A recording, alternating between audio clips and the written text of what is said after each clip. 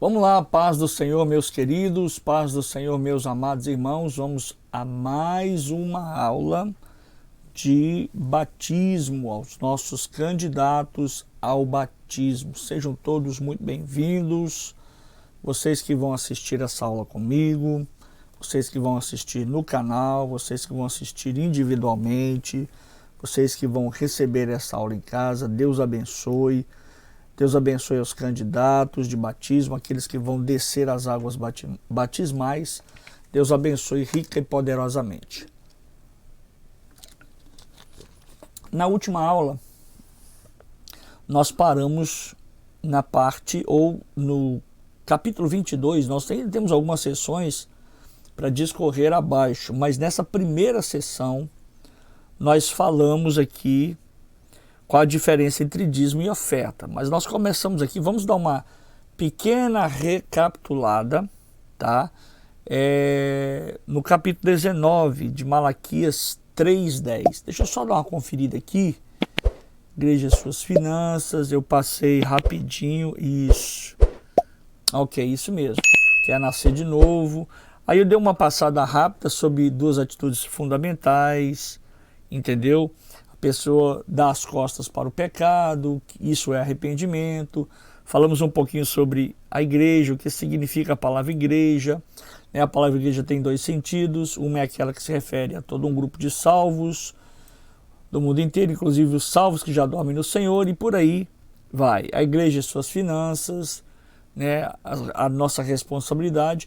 E por conta da nossa responsabilidade, a gente chegou até dízimos e ofertas. A gente usa muito o texto de Malaquias 3:10, porque é um referencial, porque fala do que se trata o dízimo. A palavra dízimo quer dizer 10ª parte, né?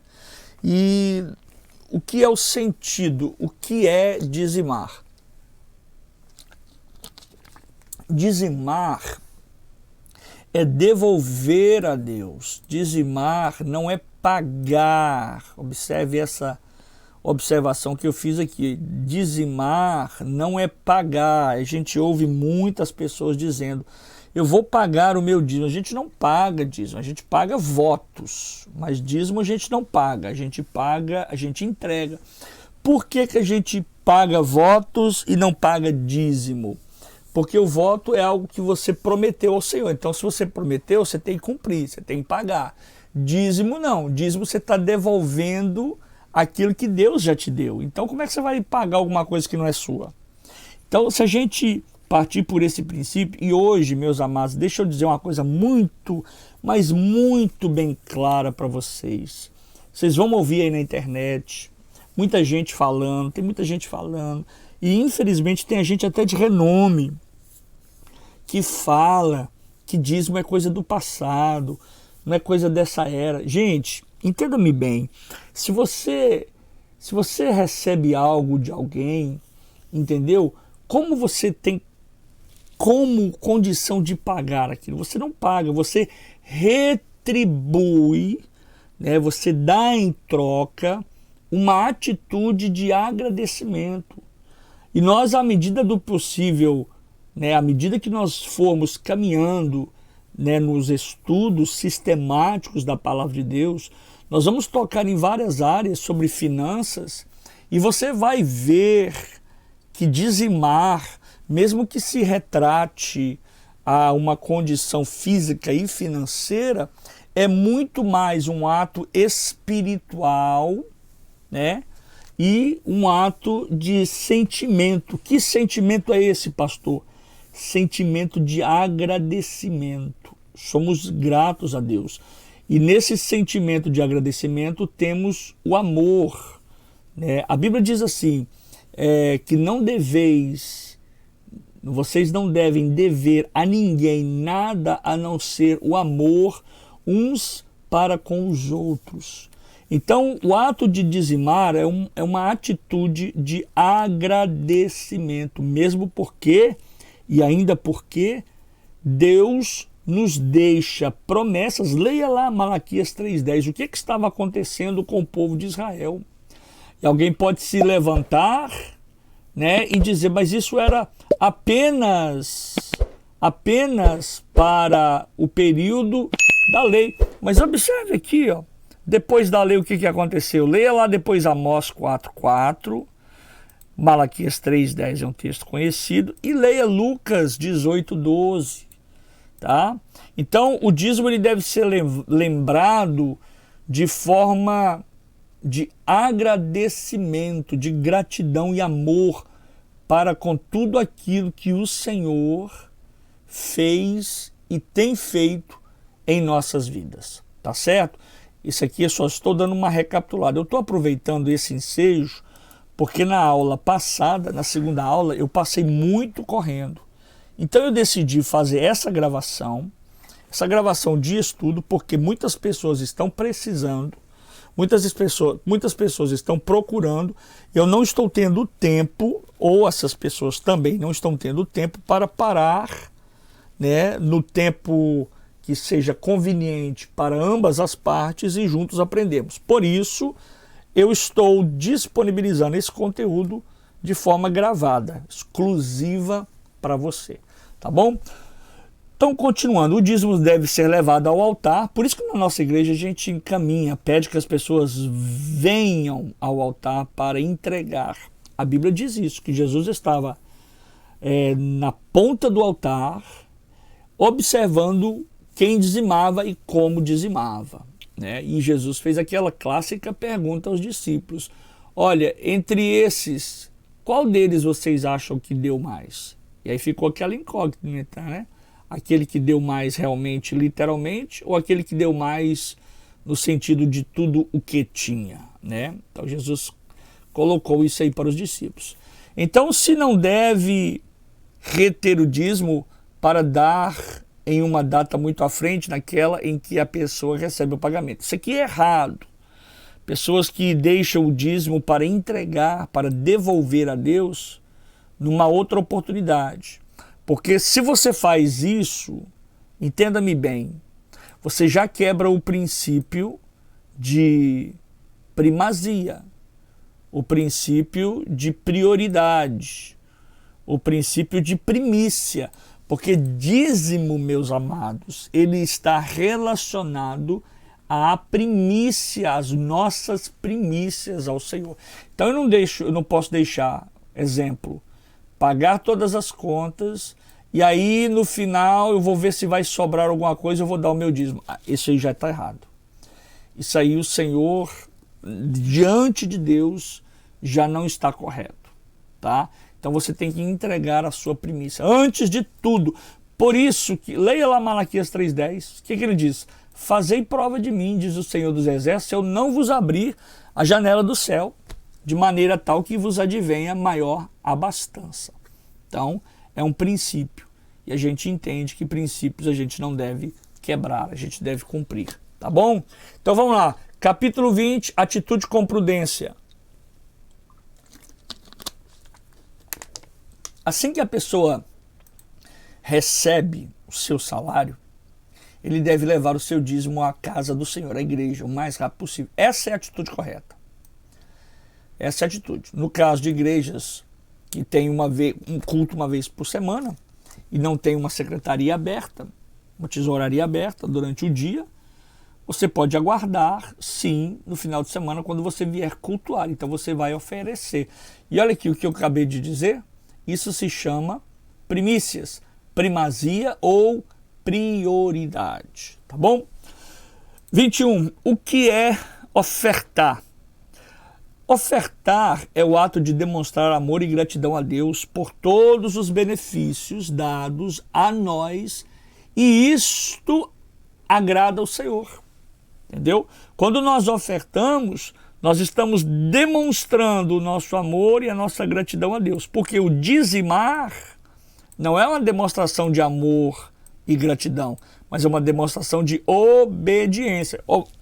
É claro, eu acabei de dizer, é uma forma de expressão de amor, mas por que eu dizimo? Porque eu amo, porque eu entendo, porque eu respeito e porque eu obedeço. Então o dízimo é obediência. Já a oferta é amor e gratidão a Deus por todos os benefícios que nos é dado. 22. Qual é a diferença entre dízimo e oferta? O dízimo representa a proteção contra, olha o que a Bíblia diz, cortador, migrador, devorador e destruidor que age na vida financeira das pessoas. A oferta são os instrumentos que Deus usa no milagre da multiplicação. Gente, isso aqui é categórico. Você quer experimentar isso de Deus, tá? Você quer experimentar promessas de Deus na vida financeira, proteção de Deus, faça essas duas coisas, dizime e oferte, porque ofertando você está fechando. Olha, eu vou trazer uma mensagem para vocês uma hora sobre isso aqui, ó, sobre cortador, migrador, devorador e destruidor. São principados e potestades que atuam nessas áreas, tá? Então, dízimo, você vai neutralizar a força do cortador, migrador, devorador e destruidor. Agora, quanto à oferta são instrumentos que Deus usa no milagre da multiplicação. É onde está o segredo em Deus de fazer multiplicar de forma que só Ele faz, por conta da nossa fé. É a semente que plantamos. Se a semente for boa, a colheita também será boa. Mas se a semente for ruim, gente, isso é natural. A semente também será ruim. Então, se a semente for uma boa semente, né, todo plantio será bom. Agora, se a semente for ruim, a colheita também será ruim. Semente, eu digo sempre na igreja, olha, semente não se come, tá, gente? Semente se planta. Lembrando que no céu Deus reconhece a nossa obediência. Por isso que não é uma moeda de troca, mas é um gesto de fé e gratidão. Por quê? Por que é um gesto de fé e gratidão? Olha aqui, ó. Segunda carta de Paulo aos Coríntios, capítulo 9, verso 7. Abra aí sua Bíblia. Pois Deus ama quem dá com alegria. Tem gente que oferta no intuito de receber. Obviamente você vai receber. Você vai receber uma boa medida, recalcada, sacudida, transbordante, né? Vos deitará no vosso regaço. Você vai receber uma boa medida de 30, 60, 100 por um, né? Porque Deus vai te abençoar. Mas eu oferto, gente, não no intuito de receber. Por que eu não oferto nesse intuito? Porque não é uma moeda de troca. Não é uma moeda de troca, mas o quê? Um gesto de fé. Por que é um gesto de fé? Porque, pastor, eu tiro aqui o meu dízimo e a minha oferta, mas essa conta não fecha. Essa conta não bate. Porque eu ganho aqui X, e se eu tirar esse valor Y para ofertar e para dizimar, eu não vou conseguir pagar as minhas contas. Olha, aí você vai entrar no processo da fé, acreditando que Deus vai lhe abrir o seu bom tesouro. Agora, o que é bom entender também é que há necessidade de fazer um planejamento, né? Para quem tem essa dificuldade, é necessário que haja um planejamento financeiro. E aí, à medida que você vai crescendo espiritualmente e financeiramente, essas coisas vão se ajustando. Tá? 23 tipos de oferta. Primeira oferta, gente, oferta de primícias. É igual ou maior ao dízimo. Pastor, existe oferta de primícia? Existe. Existe o dízimo e existe a oferta de primícia. O que é a oferta de primícia? É representando o que de melhor o crente pode dar ao Senhor. Leia depois Provérbios 3:9, Eclesiastes 5:19. Você vai entender isso aqui. Porque a Bíblia nos dá e é repleta de exemplos de homens que ofertaram ofertas de primícias por um simples gesto de gratidão, de trato, de propósito com Deus. E ele disse no seu coração, Senhor, eu quero, ele decidiu, sentiu no seu coração, eu quero ofertar essa oferta. Então aí já é um particular seu com Deus, tá? Oferta de primícia. Faça isso, gente. Pastor, o senhor me garante o quê? Eu, humanamente, não te garanto o que Deus pode te garantir, porque você vai fazer um tratado, você vai experimentar o que a Bíblia diz e o que Deus diz que ele pode fazer na sua vida. Por isso que eu estou dizendo que eu não estou nesse negócio. É o Senhor, é você que precisa. Porque isso aqui, gente, é individual. Isso aqui é algo particular, é você e Deus, é a sua experiência. A gente conta testemunhos. Quantas vezes na igreja eu contei vários testemunhos e tenho contado que servem para aumentar a fé dos demais. Mas foi algo que Deus fez comigo e Deus quer fazer na sua vida. Por isso que é um particular seu e Deus. É você e o Senhor. Por isso que a Bíblia diz o seguinte, olha, deixa eu olhar aqui e ver se eu acho o texto para você. O que a sua mão direita faz, a sua esquerda não pode nem ver. Por quê? Porque é um processo entre você e Deus. O que a sua mão direita faz aqui, ó. Deixa eu achar aqui para você. Mateus capítulo 6. Deixa eu achar aqui Mateus 6 para a gente ler. Deixa eu pegar aqui uma outra página. Vou pegar aqui uma outra página. Essa aqui não. Espera aí, gente, só um instantezinho. Vou fechar aqui e eu vou pegar uma outra página para a gente ler. Mateus capítulo 6. Vamos ler lá, Mateus 6. Olha aqui, ó. Deixa eu tirar daqui. Colocar minha Bíblia aqui para você ver. Isso. Mateus capítulo 6. Mateus 6, olha aqui, ó. Vamos ler. Guardai-vos de fazer a vossa esmola diante dos homens para serdes vistos por eles. Aliás, não tereis, olha só, gente, não tereis galardão junto de vosso Pai que está nos céus. Porque tem gente que dá esmola, entendeu? E sai por aí tocando trombeta. Aqui, acabou o texto dizendo aqui, ó, verso 2. Quando, pois, deres esmola, não faça tocar trombeta diante de ti, como fazem os hipócritas nas sinagogas e nas ruas, para serem glorificados pelos homens. Em verdade, vos digo que já receberam o galardão deles. O que eles já receberam por praticar tais atitudes? Dar esmolas. Eles deram esmolas e automaticamente tocaram trombetas, ou seja, bateram no peito e disseram, viu lá o que eu fiz para fulano? Né? E aí os mais fracos vão bater palma, que bonito, que lindo. Em outras palavras, o que Jesus está dizendo? Eles já receberam o galardão deles. O que é isso? Que galardão é esse? As palmas. A recompensa deles foi palmas. Então, se você quer receber palmas, faça boa atitude. Palmas, tapinha nas costas, faça e saia espalhando por aí, saia tocando trombeta. Mas, olha o que Jesus disse. Gente, isso aqui é Jesus dizendo, Mateus capítulo 6.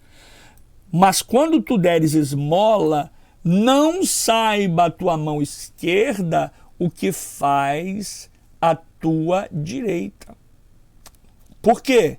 Para que a tua esmola seja dada em secreto e teu pai que vê em secreto, ele mesmo te recompensará publicamente. Viu como é que funcionam as coisas, gente? Pastor, o que o senhor está dizendo? Estou dizendo que a gente age conforme a Bíblia nos ensina, tá certo? 23 tipos de oferta, parte A já falamos, oferta de primícia, agora oferta de sacrifício. Esta oferta é uma oferta verdadeiramente como se tivesse tirado um pedaço de nós, porque o próprio nome já diz aqui, ó, é um sacrifício. Você tem que dar aquilo que te custa, que te vale. Então quer dizer que as outras ofertas não me valem? Vale sim, mas essa vai um pouquinho mais além. Observe só. É quando uma pessoa dá uma oferta de um valor alto para a igreja. É como os cristãos da igreja primitiva. O que eles faziam na igreja primitiva? Vendiam as suas propriedades e davam para a igreja esse tipo de oferta. E essa oferta é feita com motivação. E a fé, observe, certamente resultará em bênçãos incalculáveis na vida da pessoa que dá. Gente, isso aqui não é teologia da prosperidade não, meu irmão. Isso aqui é a palavra de Deus. Leia lá Atos capítulo 4, verso 32. Aliás, eu vou ler com você. Atos 4, 32, 35. Vamos lá, o texto sagrado. Atos dos Apóstolos. Eu gosto muito dessa versão aqui, tá, gente? Cadê a minha versão? É a ARC. Almeida Revista e Corrigida. Tá aqui mais atrás, ó. Aqui, ó, ela aqui, ó. Almeida Revista Corrigida. Atos o quê? Quem se lembra? Atos capítulo 4, 32 e 35, não é isso? Deixa eu voltar lá. Isso aí. Atos 4, 32 e 35. Vamos lá embaixo. Olha o que o texto diz. E era o coração e a alma da multidão, vou grifar aqui, dos que criam. E a ninguém dizia que coisa alguma do que possuía era sua própria, mas todas as coisas lhes eram comuns, ou seja, ninguém tinha nada. O que o irmão da esquerda tinha pertencia também ao irmão da direita, porque não faltava. E olha o que eles diziam aqui no verso 33. E os apóstolos davam com grande poder testemunho da ressurreição de Jesus Cristo, e em todos eles havia abundante graça. Gente, é importante nós ressaltarmos aqui. Você sabe por que os apóstolos davam com grande poder? Se a Bíblia ela enfatiza isso, é porque existe um valor muito importante. Ok? Os apóstolos davam com grande poder testemunho da ressurreição do Senhor. Por quê? Porque não lhes faltava nada. Ou seja, os apóstolos tinham apoio, os apóstolos tinham suporte para ir e testemunhar. A maior dificuldade da igreja hoje são os apoios que nós precisamos ter, né? E às vezes somos limitados por conta desta falta de apoio. Em outras palavras, o que eu quero dizer? Poderíamos estar fazendo mais, poderíamos estar desenvolvendo um trabalho maior por conta da necessidade da obra. Mas muita gente tem investido na obra, muitas pessoas têm colocado o coração na obra para fazer a obra de Deus. Mas se todos, olha aqui, por quê? Porque em todos eles havia abundante graça. E olha o verso 34. Não havia, pois, entre eles o quê?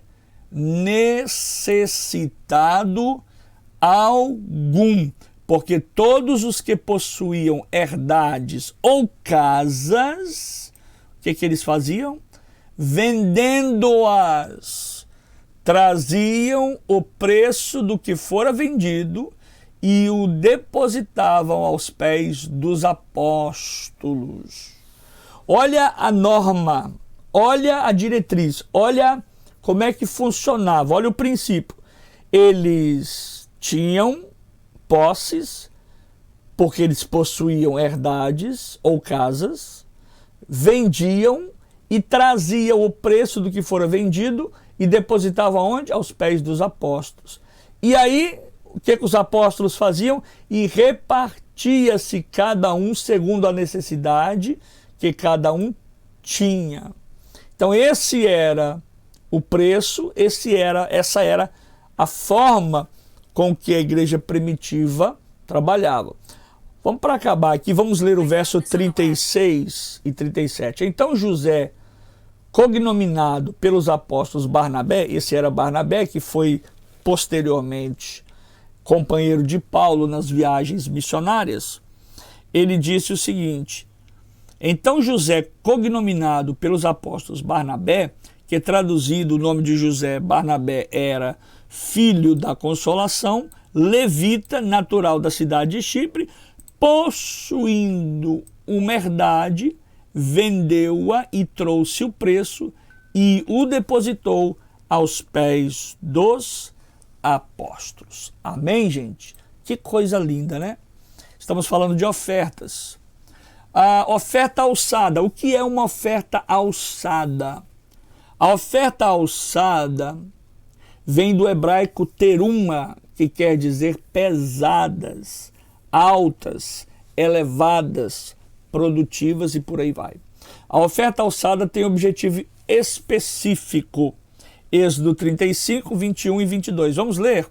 Êxodo 35, 21 e 22. Êxodo 35, capítulo 35, verso 21 e 22. Diz assim a palavra de Deus: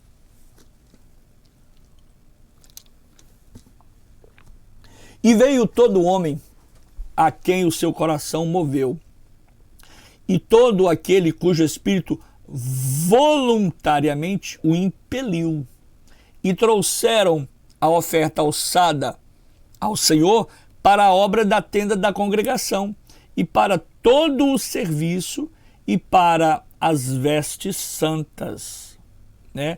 Qual texto? Vamos lá, o verso 22 também. E assim vieram homens e mulheres, todos dispostos de coração. Olha como é que funciona a oferta alçada, a oferta de coração. Vieram todos dispostos de coração, oferta alçada. Eles colocaram, dispuseram no seu coração e trouxeram fivelas, pendentes e anéis e braceletes e todo vaso de ouro, coisa valiosa, viu, gente? E todo homem oferecia oferta de ouro ao Senhor. E todo homem oferecia oferta de ouro ao Senhor. Isso é oferta alçada. O que é oferta alçada? Oferta que é pesada. Viram lá que no texto trouxeram pendentes, trouxeram anéis, trouxeram pulseiras, trouxeram peças de ouro, né? Pesadas, altas, elevadas, produtivas. A oferta alçada tem objetivo específico, né? Para a construção. Daquele templo lá eles estavam levantando utensílios para a construção da obra de Deus. Já a oferta voluntária não é assim. A própria Bíblia separa a oferta alçada da oferta voluntária. Depois eu quero que você leia Deuteronômio 2:6, porque essa aula já está entrando no final. E Deuteronômio 16:10, usada no Velho Testamento, por exemplo, para aqui o que eu acabei de dizer com vocês ali, gente. Construção do templo. Leia lá 1 Crônicas, tá? Capítulo 29. Primeiro livro das Crônicas, capítulo 29. E no Novo Testamento, para suprir as necessidades dos discípulos. 1 Coríntios 16, versos 1 e 2 e Filipenses 4:16.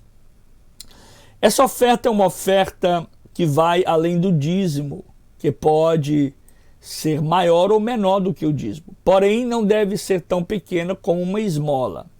A oferta alçada deve ser uma oferta de valor como adoração a Deus. Depois leia Deuteronômio 16, 16 e 17. Isso. Vamos falar sobre esmolas. O cristão nunca deve dar esmolas da igreja. Por quê? Porque Deus não aceita esmolas. Ele deve sim ser um dizimista, porque dizimar é um ato de fidelidade e tem um sentido de manutenção da obra de Deus, da casa de Deus. Os dízimos, eles mantêm a obra de Deus, a casa de Deus. Por que os cristãos não devem dar esmolas aos mendigos? Opa, interessante isso. Quer saber? Por que o cristão não deve dar esmola aos mendigos? Porque esta é uma prática, espírita, que não leva ninguém a Deus e à prosperidade. Mas isso não te impede. Você achou que você ia me pegar aqui, né? Mas isso não te impede de ajudar aos necessitados. Leia Atos 3. Gente, por que eu quero aqui ser enfático nessa parte aqui? Porque algumas religiões entendem que que esmolar, dar esmolas, garante-lhes muita coisa diante de Deus. Não garante nada. Não garante nada. É um simples ato de bondade. Hoje em dia, nos nossos dias, você pode perguntar, pastor, tem tanta gente que passa necessidade? Tanta gente que passa fome? Tem sim. Tem sim. Tem. Exatamente. E Jesus, eu vou achar um texto aqui, depois eu procuro com você. Eu prometo que eu trago para você, que Jesus diz assim, os pobres sempre tereis convosco. Tá? Mas hoje a sociedade, gente, a sociedade é outra, a humanidade é outra, o mundo é outro.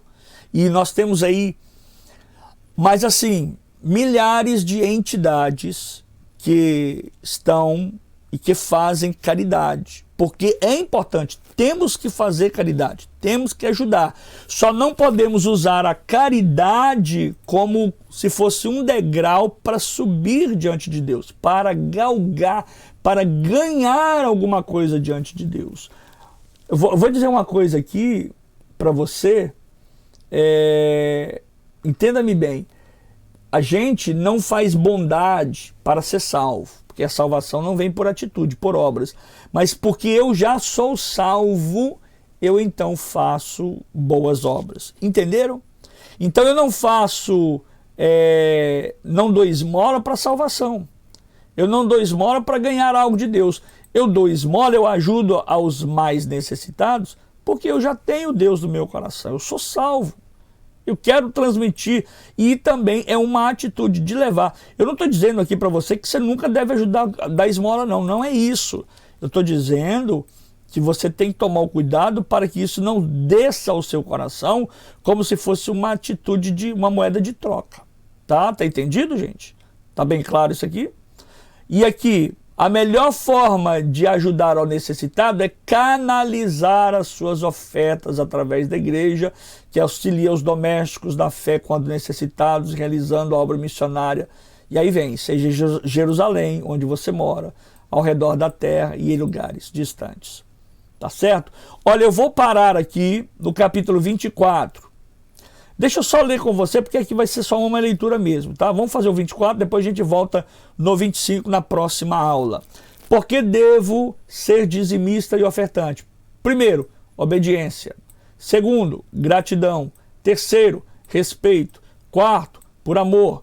Quinto, para repreender o cortador, o migrador, o devorador e o destruidor. Sexto, para ajudar a sustentar a obra de Deus. E sétimo, olha aqui, por que eu dou o sétimo? Para receber as bênçãos de Deus. Então, em último lugar, por que eu sou dizimista e ofertante? Em último lugar, porque eu quero receber as bênçãos de Deus. Mas olha, gente, Deus é tão amoroso, Deus é tão bondoso, Deus é tão maravilhoso, que Ele nos abençoa em todo o tempo. Basta você ser obediente, grato, ter respeito, amor, ter compromisso, porque ajudar a obra de Deus é compromisso, é dizer assim, pastor, conta comigo. Conta comigo, às vezes eu não posso ir na África, mas a minha oferta vai chegar. Quantas missões nós já fizemos na África? Quantos trabalhos nós já fizemos em outros países? Por conta da ajuda e da oferta dos irmãos. Tá bom? Deus abençoe vocês e nós vamos voltar no capítulo 25, tá bom? Qual o objetivo dos dízimos e ofertas? Deus abençoe sua vida. Fique com Deus. Um abraço. Deus abençoe a todos. Tchau.